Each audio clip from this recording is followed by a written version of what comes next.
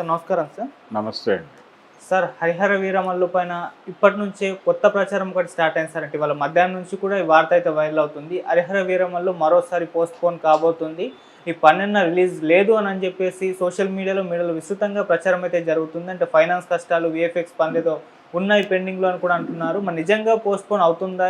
Official అంటే announcement రాకపోయినా కూడా ఇంకో గంటలో వచ్చేస్తుంది అన్నట్టుగానే ప్రచారం అయితే జరుగుతుంది సార్. ఏం జరుగుతుంది అసలు హరిహర వీరమల్లు విషయంలో? అంటే ఈ సినిమాకి సంబంధించి షూటింగ్ బాగా డిలే అయింది. ఓకే. ఆ డిలే అయిన మేరకు విఎఫ్ఎక్స్ కంప్లీట్ కాలేదు. అది అయితే తప్ప ఎడిటింగ్ కంక్లూజన్కి రాదు. వచ్చిన తర్వాత ఫస్ట్ కాపీ తయారు చేయాలి. తయారు చేసిన తర్వాత సెన్సార్ బోర్డుకు పంపించాలి. సెన్సార్ క్లియరెన్స్ వచ్చిన తర్వాత మాత్రమే రిలీజ్ రోజు అంటే రిలీజ్ డేట్ కన్ఫర్మ్ అయినట్టుగా అనుకోవాలి. ఓకే. కానీ ఉన్న సమయం తక్కువ ఉంది. అంటే 12వ తారీఖు రిలీజ్ అనేది అన్నారు వీళ్ళు. ఈ 12వ తారీఖు అంటే ఇంకో 9 రోజులు మాత్రమే గ్యాప్ ఉంది.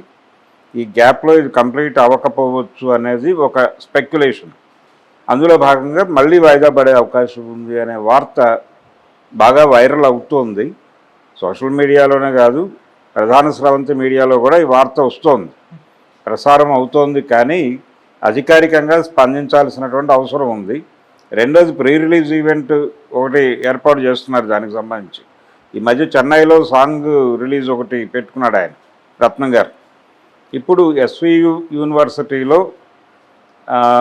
ఆడిటోరియంలో చేయాలి అని తిరుపతిలో చేయాలని అనుకుంటున్నారు. 8వ తారీఖు 7వ తారీఖే పవన్ కళ్యాణ్ అక్కడికి వెళ్తాడని ఒక ప్రచారం జరుగుతోంది. వెళ్ళొచ్చు ప్రీ రిలీజ్ ఈవెంట్ చేయొచ్చు.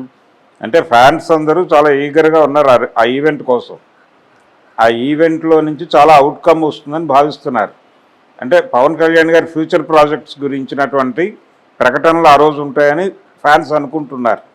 ఈ అనుకుని దానికి ప్రిపేర్ అవుతున్న టైంలో అసలు సినిమాయే పోస్ట్పోన్ అవుతుంది అనటం కొంచెం షాకింగ్ న్యూసే.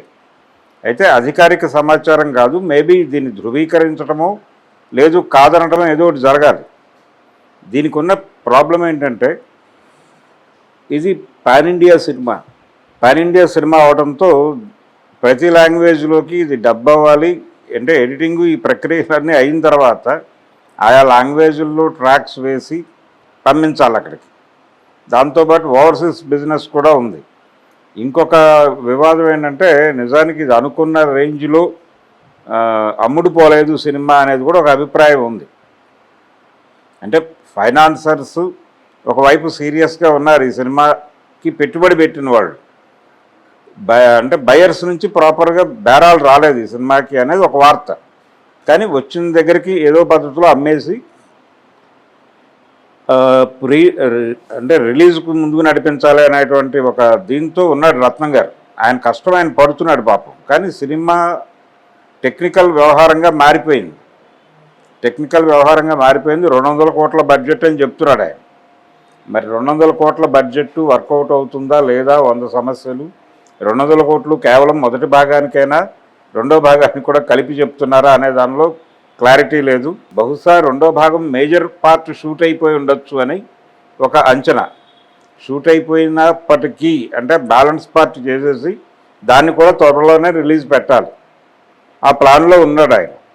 ఈ టైంలో ఇక్కడ వర్క్ కంప్లీట్ కాకపోవడం వలన వాయిదా వేస్తే మ్యాక్సిమం ఒక 1 వీక్ ఆర్ 10 days వేస్తారేమో, అంతమించి ఛాన్స్ ఉండకపోవచ్చు. లేదు ఇది స్పెక్యులేషనే కావచ్చు, ఇది రాంగ్ న్యూసే కావచ్చు, సర్క్యులేట్ అవుతున్నది కరెక్ట్ కాదు అని రేపు ఎల్లుండో వాళ్ళు వివరణ ఇవ్వచ్చు. ప్రీ రిలీజ్ ఈవెంట్ కంటే ముందే ప్రీ రిలీజ్ ఈవెంట్కి ప్రిపేర్ అవుతున్నటువంటి అభిమానులు నిరుత్సాహపడకుండా ఇమ్మీడియట్గా ఒక ప్రకటన ఇవ్వాల్సిన అవసరం అయితే ప్రొడ్యూసర్స్కి ఉంది. మరి ఏ మేరకు వాళ్ళు ఈరోజు ఇస్తారో అని అనుకుంటున్నాం. మనం ఈరోజు ఇవ్వచ్చు, చూద్దాం. అధికారిక సమాచారం వచ్చాక మళ్ళీ మాట్లాడుకుందాం. అంటే సార్ ఆల్రెడీ 11 సార్లు పోస్ట్పోన్ అయింది.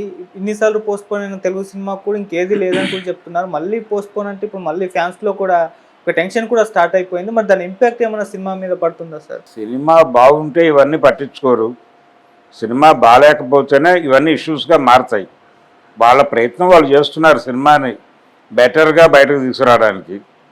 కానీ సహకరించాలి. అంటే పవన్ కళ్యాణ్ గారు ఈ సినిమాకి షూట్కి డేస్ కేటాయించడం అనేది చాలా డిలే అయిపోయింది.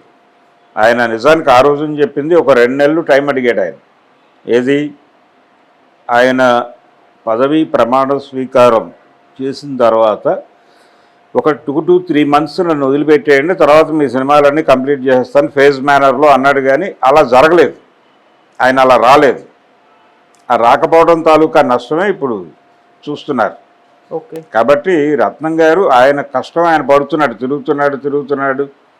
తిరుగుతూనే ఉన్నాడు ఆయన. కానీ గ్రహాలు సహకరించట్లేదు ఆయనకి. ఆ సహకరించకపోవడంతో